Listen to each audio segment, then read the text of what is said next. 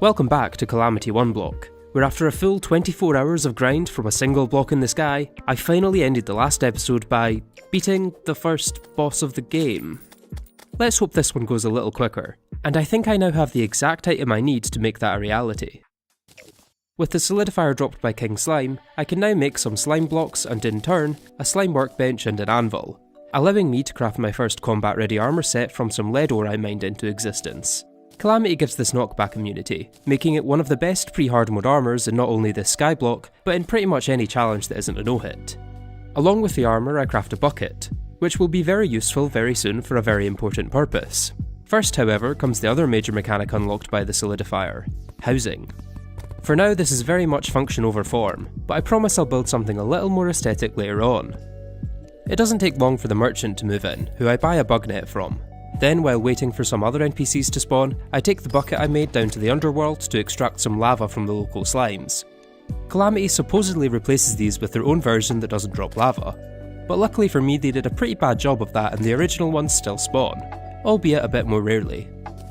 This one bucket of lava can then be painstakingly duplicated to fill a very wide yet very shallow pool of American Fanta. And for those of you that never left the underworld, this is what Fanta looks like when your country doesn't have a 42% obesity rate. A little tip for anyone else that needs to duplicate entire oceans of lava by hand: you can actually do it automatically if you make a 4-wide floor and pour it on the third block. Wait a second for it to flow towards you, then hold left click on the first block. Much easier than manually clicking with the typical V-shaped block setup. You may be wondering why I'm making such a long and one deep lava lake. There is a reason for it. There's a method to the madness. Okay, I'm gonna stop there. With the first of many lava lakes filled, I use my Old Lord Claymore to soar through the skies to find out which side of the world my sulphurous sea is on. The lower gravity of space allows me to recharge the Claymore's dash without losing much height, making it possible to get all the way to the edges of the world without having to place blocks to get there. Unfortunately, if I want to do any building there, then I still have to bridge out to it, but at least I know I'm not wasting time and blocks by heading to the wrong side. Once there, I kill one trasher to free the angler, then let another trasher kill him to get the golden fishing rod. A feature that I'm still amazed is a thing in Calamity. Hi, so it turns out the very morning that I wrote that line, Calamity released a changelog stating that they're removing trasher stacking in the next update, which is a pretty funny coincidence I thought I should mention. Personally, I'm all for the change, but I'll admit I'm pretty glad I started this challenge before it was implemented. Anyway, back to the video. After some Blood Moon bait farming in the underground, I now have everything I need to start fishing. But you may notice a slight problem. I don't have any water.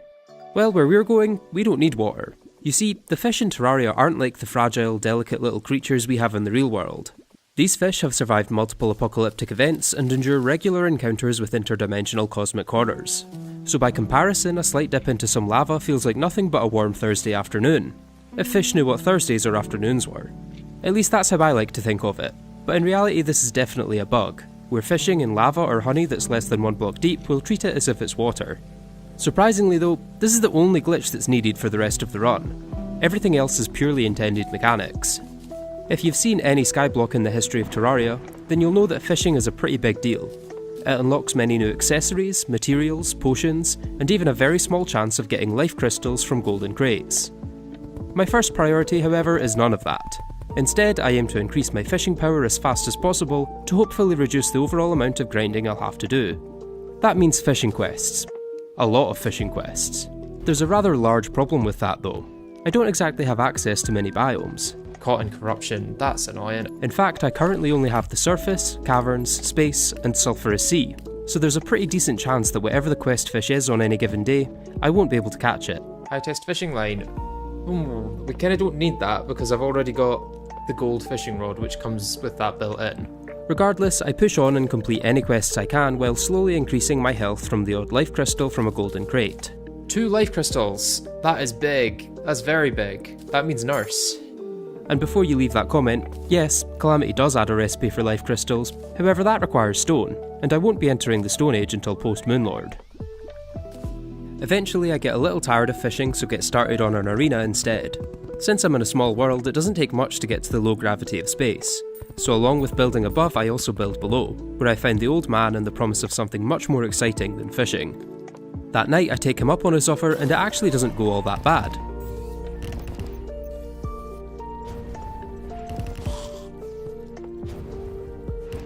The Old Lord Claymore dash allows me to dodge decently well while dealing damage, and I even manage to charge up on adrenaline right before I get stuck in his head and very quickly die there.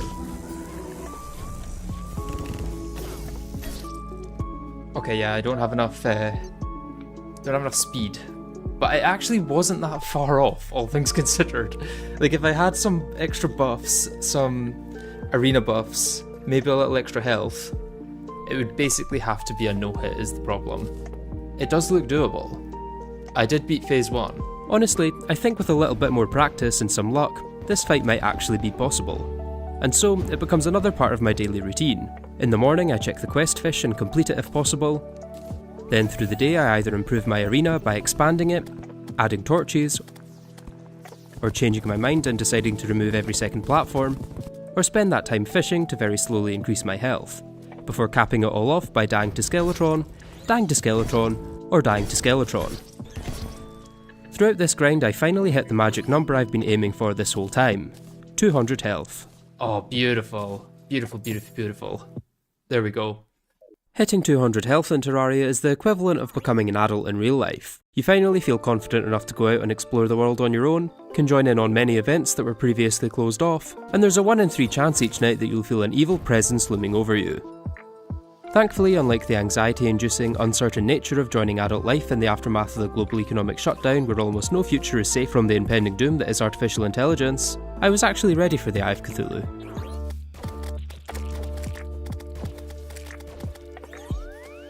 I might actually want to use Claymore for more mobility. It also does do decent damage.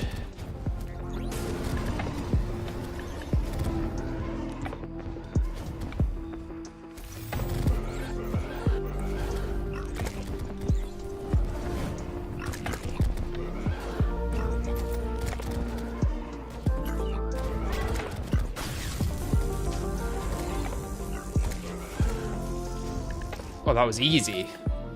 That was super easy. Why was that so easy? So we've got our Demonite. Oh, we got Death Stare Rod. It's shoddy, but chances of getting that were very low. Shield of Cthulhu, don't know if it's worth using that. But Demonite I can duplicate at least. So let's do that. Calamity's mining armor set bonus works on Demonite as well, allowing me to renewably farm it just by placing it down and mining it again. This isn't particularly useful right now, but it's good to know it works as my only other source of Demonite will be from the Hive Mind, which, as you might have guessed from the lack of any corruptible tiles, is a long ways off. What isn't a long ways off, however, is the Acid Rain, because it's happening right now. Unfortunately, this also doesn't offer much. The caustic tier used to summon it would be very useful to force rain for some extra fishing power, but sadly you need to be standing near water to craft it, and while a shallow pool of lava may trick some fish into thinking it's water, it certainly won't trick me. That means my only real upgrade from taking down the event comes in the form of the Rusty Beacon prototype, a pretty decent sentry that's mainly useful for inflicting the irradiated debuff, which reduces enemy defense and deals damage over time. It should be pretty helpful for taking down the next, and dare I say much more important, event. To get that though, I first have to spend almost 2 entire days waiting for Goblin Scouts to spawn, which for some reason appear to be much rarer than they usually are. Oh, there we go. I thought I heard a different hit sound. Once I gather enough tattered cloth from them, I can combine it with some acid wood I got from sulphurous crates to make the Goblin Battle Standard, which I then use to summon a Goblin army. Oh, and it's not consumable. Perfect. Now I could hide, but these guys are going to be pretty easy, I reckon, so...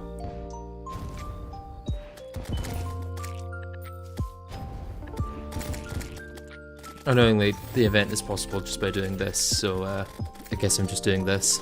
The event itself was incredibly easy, and after taking it down I head to the caverns to find the Goblin Tinkerer, finally allowing me to combine some accessories for a much needed power boost. Okay, GPS, condenses things. I can use those, and then I can also use these for the amphibian. And I can use this, the Sharkron, and I think that's probably all I can condense right now. We may as well give Skeletron another try just now, with what we've got.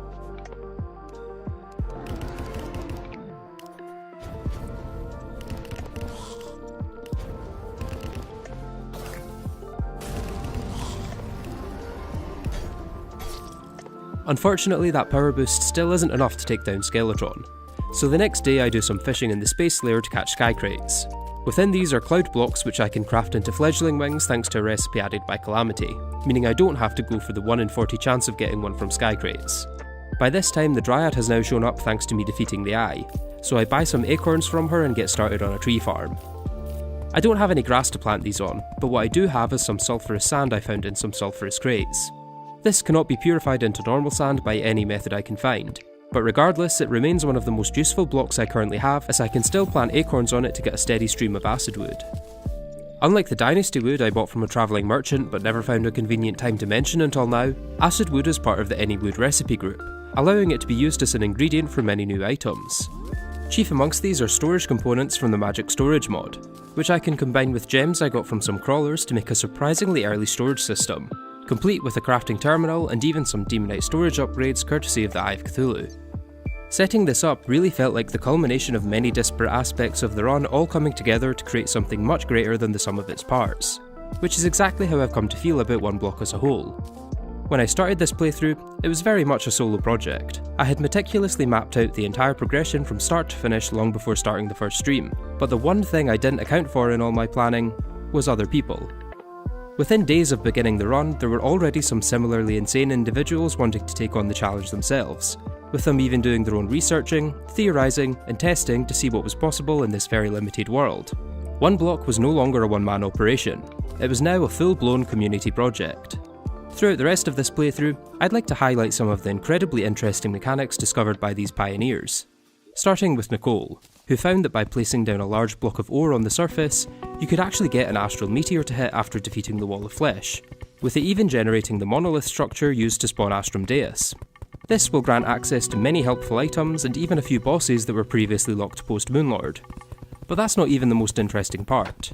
What Nicole actually discovered is that the monolith contains a very specific block that will change the entire trajectory of this playthrough. I don't quite want to spoil that surprise just yet, but I also don't want to keep you waiting for too long, so let's push forward and wrap up hard mode so we can get to the big reveal. The Wall of Flesh in this playthrough is a rather unique challenge, and I don't mean the fight itself. I'm talking about the fact that it requires a completely enclosed area to spawn in and move through, otherwise it will slowly sink below the world and out of reach. The tops and bottoms of this arena also have to be 2 blocks thick for him to even detect them, making the construction quite a slow and tedious project. Now I should clarify that this in no way means the fight is easy, just that I'd prefer to spend multiple hours trying to defeat it in only half the world over the monotony of expanding the arena any further. Finding a weapon that can deal enough damage to defeat the wall in such a small space is quite difficult, especially when you consider how few options are even available in such a limited map. So I take some time to test and consider all of my options.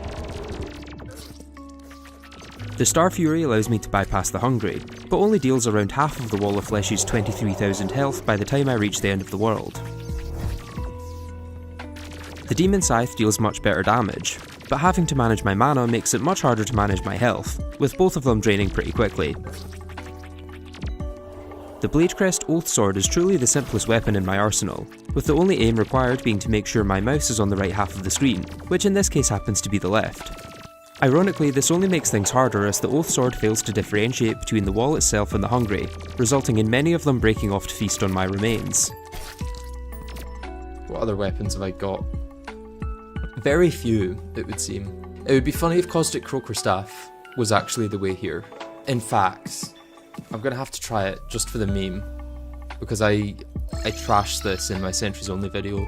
This could go horribly wrong, or this could go horribly right.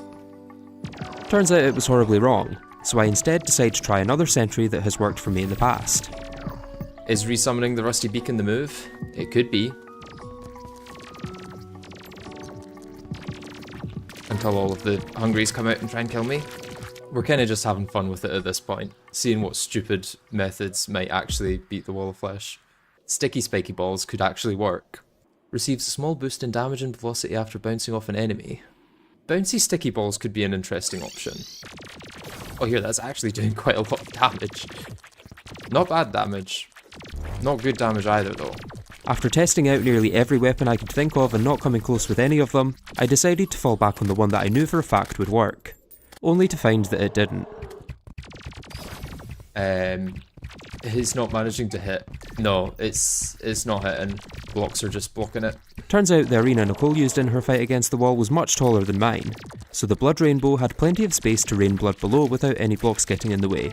Even the one weapon that was confirmed to work well against the wall wasn't enough without some serious arena reconstruction. That's actually so sad, yeah. I was now at a bit of a crossroads. I could either spend the next hour expanding my arena into the other half of hell, or continue trying increasingly niche and unlikely weapons against the wall in the hopes that one of them is secretly overpowered and able to take it down in 30 seconds. But there is another option. Tonight is the night. Trust. By this point, I'd been fighting Skeletron almost every night since I unlocked fishing, and dare I say I was actually starting to get pretty good at it. The longer I used the Old Lord Claymore, the more I became accustomed to its very particular style of play, and I must say it's one that I now thoroughly enjoy. Don't get me wrong, I wasn't anywhere near no-hit levels of dodging with it. I was much more at the thanks Xerox that potion sickness ran out when it did kinda level. But if it works, and that night Skeletron fell. There we go. Unlocking a very limited yet hopefully very powerful set of weapons with which I could wage war against the wall. But before moving on to hard mode, I want to make good on a promise I made to both myself, and now you earlier in this video, by actually building something a little more aesthetic than some NPC prisons. Okay, sorry for making you all homeless. Promise you'll get a nice house soon. I decided to stick with the theme I used for the last build by creating something inspired by the playthrough itself. And considering just how important this one thing was for progression, the decision was clear. I don't know if that quite looks like what I'm going for. Kinda actually. Question is where the gems go though. There's going to be a ruby gem here, let's say, and then maybe a sapphire here. That and that. How does that look? That looks pretty good, I would say. Of course, once I build this up here, I'm now going to have to basically copy paste it down below. That's maybe it. And then I'll make them like too thick here, like that. And then I need it to come down in a bit at the bottom. Not much though. This could work. How does that look on the map? Yeah, that looks a bit like King Slime, I guess. 2 like that. And 3 like that. And that's where the crown sits.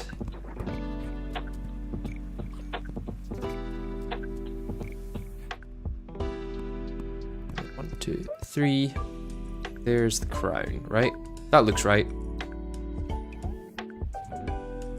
Is it possible to make a mannequin from acid wood? Interesting question. Any wood, it should be possible with the thing, yeah. I don't think I've got a full set of ninja armor, but I think I've got a gi and the other 2 parts. Ah, yeah, I do. Okay. But if I just had it, like, here, it's like a nod to the fact that the ninja was inside.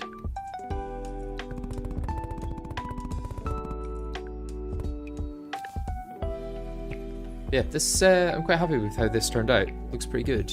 Got a clothier as well. Can get a dash that I'll never use. With the build complete and the clothier moved in, there was only a handful of things left to do before hard mode. First was disassembling and then promptly reassembling the giant floating sandwich of ore that I'd built, as even more tech had been discovered between streams that made it rather pertinent to move this to the level surface. More on that later. Next, I spend a little more time fishing in the sulphurous sea. You may have noticed that I have a pylon here. However, it hasn't actually worked the entire time it's been there, and I'm beginning to get a little tired of running over here to check fishing quests every morning. Despite being able to buy the pylon just fine, you can't actually use this until there's at least 100 sulphurous tiles nearby. Thankfully, these are somewhat common drops from sulphurous crates, so it doesn't take long to get the pylon fully operational. A side effect of this is that I collect some excess sulphurous sand to turn into glass, which I can then combine with some grenades to make flash rounds, a type of bullet that allows the arms dealer to move in. However, he's not the NPC I'm actually interested in. Once you defeat Skeletron and have enough housing, the bandit can move in. She's intended to be the arms dealer equivalent for rogues, selling many weapons for the class throughout progression. I buy the 3 that are currently available, and after some testing I find that the Kylie works best against the wall of flesh, dealing much more damage than anything else available. I think this is doing pretty good damage. It's like 400 DPS. Definitely good enough to take it down. With my weapon secured, it was only a matter of time until the wall would fall.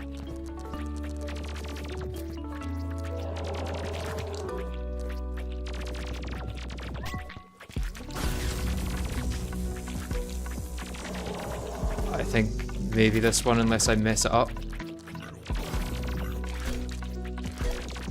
I'm If I mess it up, I mean just like that. I think I got it. There we go. Not got a message about the meteor yet. Unfortunately, Calamity really struggles to set hard mode in a skyblock like this, leading to the world being in a strange state of limbo where nothing quite works the way it should. Ironically, this is actually a good thing as it allows me to test if the astral meteor impact worked. Oh, I do see astral ore. This should mean that you had an impact but no monolith. That would be very sad. I will go have a look. Okay, we've got an impact, but no monolith. Upon trying to save and exit with the world in this state, it will get stuck on setting hard mode, which can only be fixed by hitting Alt F4, reverting the world back to its last save point. Oh, no astral meteor. Player data is still saved however, so I still have the wall of flesh drops in my inventory. I make a point of not using them until I'm properly in hard mode though. After adding an extra layer of blocks to the sandwich and expanding the Dynasty Wood wings to hopefully give the monolith room to spawn, I take on the wall of flesh again.